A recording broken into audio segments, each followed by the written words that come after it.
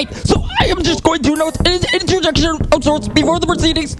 Most seriously, after the gas grid, despite the pathological implications of the above, grid being my main concern, the systemology and the scientific, cultural, and historical weight of those symptoms of the chaos grid must be addressed before he can unpack the pathological implications, which are obvious by the time in the chaos grid. The chaos grid is a term I came up with, and it's synonymous essentially with any cultural and historical action taken within a time lapse of any town in North America. It's a short way of saying people did things here over the course of hundreds of years in towns. Lifespan. The lifespan of the town is a concept I grew quite affectionate towards. When people get up there in that time, where people work within that time, where businesses are more active than others, which hours of the day are more lively than others. Home life, crimes and the crimes are the most committed compared to others.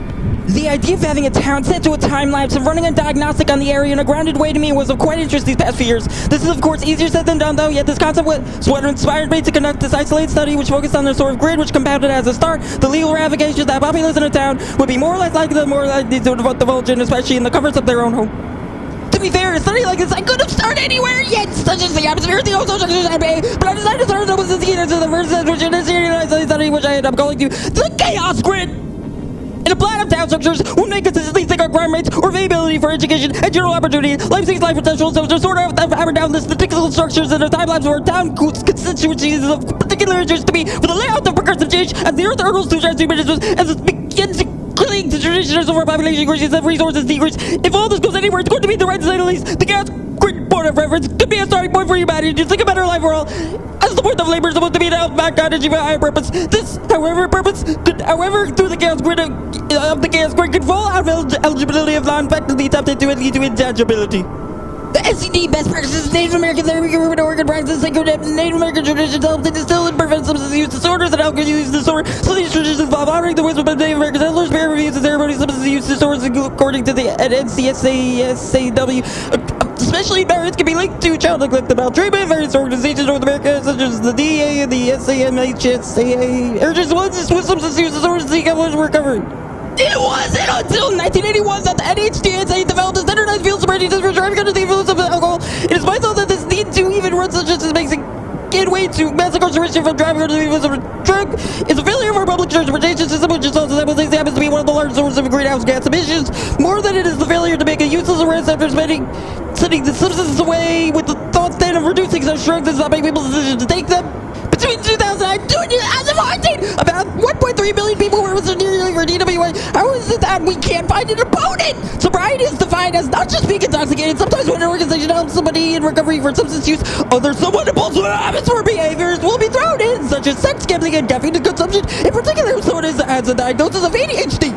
There's paradoxes, however, when it comes to impulsive behaviors sometimes can result in lies being saved for something as simple as good luck. All the same, however, impulsive behaviors can result in unhealthy choices such as drinking while pregnant, which can lower a child's IQ, create motor skill issues for the child, and in turn lead the child to have issues with impulsive control. There's also evidence to suggest that impulsivity can also be a precursor for substance use disorder. It was in 1989 that the substance use disorder and mental illness research that a national recovery month since September celebrates this pathway towards sobriety in Jackson, Mississippi. In the late 1700s, prisons were built around the state where inmates were tasked to individually put together products often made out of hemp, a lot of which were made for the Southern military at the time. It wasn't until around 1985 to 1986 where both inmate medical care was improved and corporal punishment was abolished. According to data from the NIH Institute of 2024, around 70,000 deaths were recorded from opioid overdose in 2022. There were also around 30,000 deaths recorded in 2022 of both cocaine and methamphetamine overdose. In 2019, the president signed the Tobacco Act, which changed the federal age limit to purchase tobacco products for retailers from 18 to 21. Culture is defined as shared beliefs and values within a group and extends to language and beliefs about relationships and roles. There is AT as well as drug and alcohol addiction recovery persons in North America education of a culture of sobriety persons. Drug-free schools and communities act amendment of 1989, which at the federal and state level fosters drug-free zones for schools, creates drug prevention programs within schools in North America, which are indications of a sobriety culture within schools. Public libraries have access to naloxone, which when administered can help treat opioid overdose. Many public libraries also provide library codes for drug and alcohol addiction rehabilitation programs. Buddhism has a practice of Starbucks which helps with substance use disorders. However, some practices of Tantric Buddhism can include alcohol consumption. The case with Tibetan Tantric Buddhism, which traditions which involve drinking beer. In Oracle by the NCU 21 describes patients 10 years sober from opioid addiction now seeking to a good state of health. Describe this sobriety as we continue through joining because matters and spirituality and affordance because we are every week and I am out for instance. It can lead to neuropathy, the arms like heroin use can lead to dyskinesia, which is involuntary movements, certain amphetamines can lead to coma, cocaine, caffeine can lead to jitters, ataxia, dystonia, Parkinson's are inherited disorders according to MedLife Bloods. Opioid use can affect the gastrointestinal system, leads to malnutrition and vomiting, which can lead to electrolyte amounts. Alcohol consumption can lead to vitamin B deficiency. Stimulants like cocaine as well as amphetamines such as methamphetamine can reduce appetite, cause weight loss, and alcohol by the NHL 260 detail the studies are seen that are standard exercise routine in all patients suffering from substance use disorders.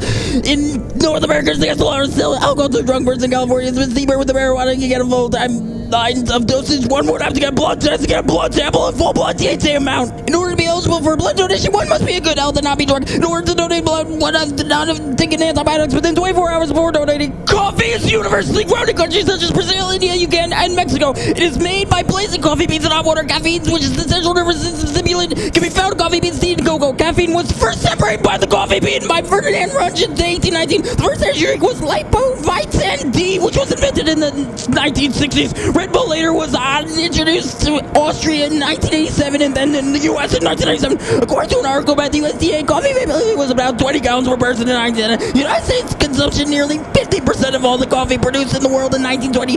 The coffee break was created in the U.S. in the 1940s. Coffee consumption since the 1950s has gone down while soft drink consumption has gone up. In 1950, the American soft drink consumption was about 11 gallons annually. Red Bull was founded in 1984 by dietitians Makeshits. Coffee is the second most traded commodity in the world. The study from 2024 is by the ADHD demonstrated a strong correlation about 75% of social media impact on influencing adolescent energy drink consumption according to a study from 2021 about the ADHD caffeine marketing, especially dominant in the gaming community. Where earshooting are widely promoted online games, esports events, esports teams, and prominent figures in the gaming community. The combination of caffeine consumption and gaming in relation to shooters was also very common in a way to increase reaction times and gaming performance. Between 2012 and 2013, energy drink manufacturers advertised energy drinks on multiple cable television channels such as MTV, ESPN, Spike, Fuse, and G4. MTV did include Alice as the primary audience. Spike and G4 did not.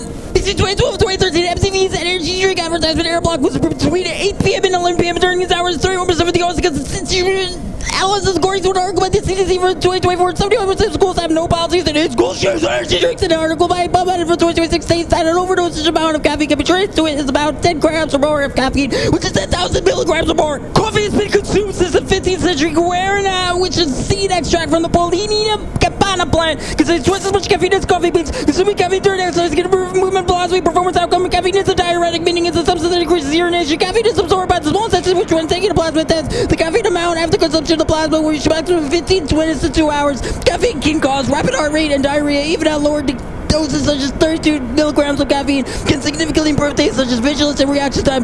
Caffeine can help with UV-induced cancer. According to an article from 2025, caffeine hair products can both manage and prevent hair loss. Caffeine consumption can get increased nitrous oxide within the body, which expands blood vessels and promotes blood flow. Caffeine can help prevent diabetes. Caffeine can also increase blood pressure. There is no association with caffeine intake and increased risk for cancer. Electrolytes were discovered and coined in the early 19th century by Michael Faraday. The carbohydrate electrolyte drink Gatorade was invented in 1965 by Robert Cade. Coca-Cola launched Powerade in 1995 in Korea.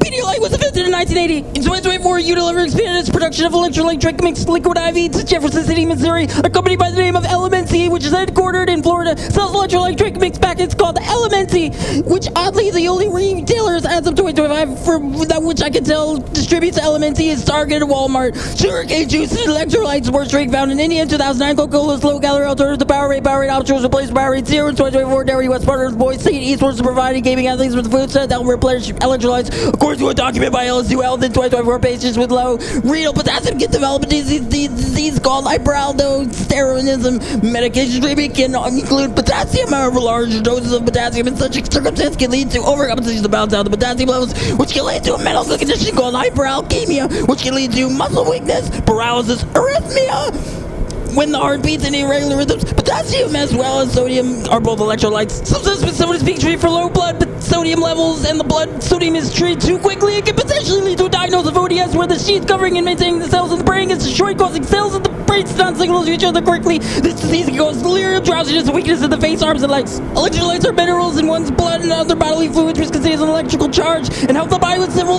different functions, including the amount of water in the body, the pH in the blood, and nerve and muscle function. One loses electrolytes when they sweat, so they'll have to be replenished. One trial of the area showed that higher levels of potassium can reduce risk for osteoporosis in women and non-men. Potassium can reduce the risk for heart disease. Chloride, which is an electrolyte, can improve with digestion.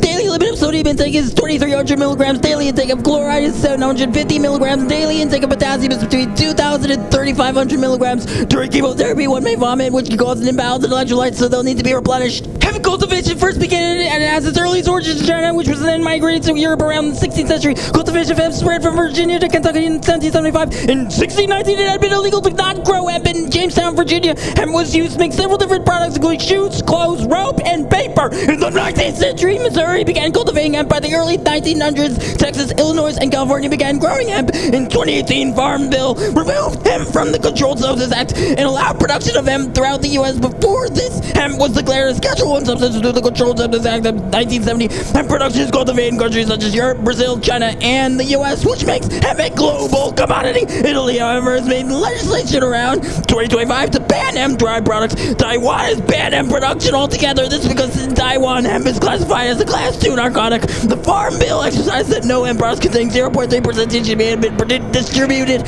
This, however, only extended until the 19th century, which is the primary intoxicant in cannabis. This didn't include any of the other psychoactive chemicals on hemp. Those being dosage, the THC, dosage, THC, and THCA. This opened the floodgates for companies to distribute hemp-derived THC products throughout the U.S. In 2026, a new federal law is set to take place to redefine the 2018 Farm Bill to make it illegal any hemp products that's over 0.3% THC. Dry weight. This extends the definition of 20 THC concentration. CBD is non-bearing compound derived from cannabis. An article from the United States 2024 says that CBD may help athlete performance, although there wasn't any evidence that it would help in post-training recovery from fatigue. CBD has anti-inflammatory properties and also has been shown to improve the outcome of various disorders such as epilepsy, multiple sclerosis, and Parkinson's. Hemp is one of approximately 66 variants of the cannabis sativa plant. Contains a low amount of delta-9 THC used about 0.3% and high amounts of CBD. According to an article about the UNC from 2024, CBD can improve mental health and help treat chronic pain. A study from the NIH in 2017 found that CBD can lower blood pressure. A study by the NIH found that CBD can improve type 2 diabetes outcomes and CBD can improve cancer outcomes. Alcohol for medical use was first discovered by physician Rhazes in early 900 AD. The roots, however, of alcohol goes a lot further back through the fermentation of grape juice into wine. According to a study by 2022 by the NIH occurred back 20,000 years ago. Both the American Temperance Society and the Women Christian Temperance Union, which was formed around the late 1800s, proposed the idea to ban alcohol. A study by the NIH in 2019 found that jars made for alcohol fermentation were discovered and have origins in China, which originates back in 9000 BP, just about 2,000 years before the Neolithic era. Alcohol in the U.S., particularly German lager, became a widely consumed beverage in the 19th century because of the influx of German refugees at the time coming to the U.S. Alcohol in North America's roots long before this, however, as the colonists in the 1600s brought rum with them and introduced alcohol to the Native Americans. A brewery in San Antonio, Texas, known as the Western Brewery, was established in 1855. The Brown Moose German lager. The brewery is still in operation today and is known as the Lone Star Brewery. The 18th Amendment in the U.S. that was established in 1919 was banned the making of the transportation of intoxicating beverages. U.S. banned alcohol, which led to the Prohibition era. It was in 1933 that the 18th Amendment was officially redefined as ending Prohibition. In 1984, the National Drinking Age Act was established, which set the minimum drinking age act age 21 in the United States. In 1923, the UK established the Intoxicating Liquor Act sales to persons under 18 Act, which set the drinking age to 18. However, 16 and 17-year-olds can consume alcohol legally at some as long as they are provided food. The 21st U.S. Amendment repealed the 18th Amendment. According to the Census by 2022, about 5,165 breweries were in operation in North America, according to the NIH. 10 leading international beer manufacturer, Abbott, Bev, Heineken, China Resource Holding, Carlsberg Breweries, Molson Coors Brewing, Tsingtao Brewery, Asahi Holding Groups, Beijing Yanjing Beer Group, Kirin Holdings, and Yagio. Alcohol can be obtained at restaurants, bars, and liquor stores, which often also provides takeout and delivery services, while outside app delivery services of alcohol have become established in 2024. According to the Alcohol and Tobacco Tax and Trade Bureau, many businesses are required to have a liquor retailer dealer registration before exchanging alcohol. Some of these businesses include amusement parks, bowling alleys, stadiums, casinos, grocery stores, hospitals, and motels. Slang relating to alcohol is booze sauce. Booze, guys, hard stuff, and juice. Gas stations often may provide alcohol. Walmarts often provide beer. CVS may often provide beer. Walgreens, as of 2009, may provide beer. College sporting and football events are well-known events for heavy alcohol consumption, as well as certain days such as New Year's Eve and Halloween weekend. Adolescent exposure to alcohol advertisements have been shown to either lead them into underage drinking or to drink more in their 20s. Budweiser has run television advertisements during the Super Bowl since 1985, only pulling out in 2021 to raise awareness and donate to COVID vaccination. Alcoholism can lead to a disorder called neuropathy, where the person can have leg and arm numbness, nausea, and imbalance, especially when walking. And women, alcoholism, especially in early adulthood between 18 and 30, can result in bone mineral density loss and can lead to osteoporosis later in life. Alcohol, while in the stomach, acts as an irritant and can cause ulcers and bleeding, and has the potential to hold vitamins and minerals from entering, resulting in issues with digestion. These issues can be worsened when taking pain medications such as aspirin alongside with the alcohol. Alcohol use disorder, generally described as someone who has more than 4 or 5 drinks in a sitting 1 or more times a week, can result in liver cirrhosis and dementia. AUD or average can also compromise a person's respiratory system and lead to diseases such as pneumonia and tuberculosis. When someone has undergone alcohol poisoning, their skin may turn sort of pale and their lips may turn to sort of blue. Alcohol consumption can increase a person's risk for cancer. AUD can lead to worsened mental health outcome. According to a study by the NIH in 2020, when alcohol is consumed in large amounts, it has a sort of boomerang effect on the blood pressure, where the blood pressure is reduced for about 12 hours and then increased for about 13 hours. Alcohol consumption can lead to hypertension. One last thing to consider is while consuming alcohol, the mouth becomes more permeable, making it impossible for carcinogen cancer, which can increase risk for cancer to anyone who drinks and smokes tobacco during a drinking event. E-Rides is a bike shop in Louisville, Kentucky. There is a track in Georgia called Foresttown's Track. Parker, Colorado's down building division contains elevators. Urban areas can have crosswalks. Storm sewer inlets can be found in towns. Wellesley, Massachusetts have had ducks in town. Norwalk, Connecticut during collection accepts items, one of which is rolled up rugs. The pathological implications of the chaos grid are woven throughout the historical cultural implications throughout America. Diagnostics to the sky and crime statistics culminate in the structure of the time of urban location. So many locations with a ticker to boot. Potential opportunity education accomplices in the advent of the modern day. Progressive change is needed somehow throughout this in the prosperity of the planet. Together, then perhaps we can all change the world and attain its ultimate prosperity for the short term when we have in the grand scheme of the universe.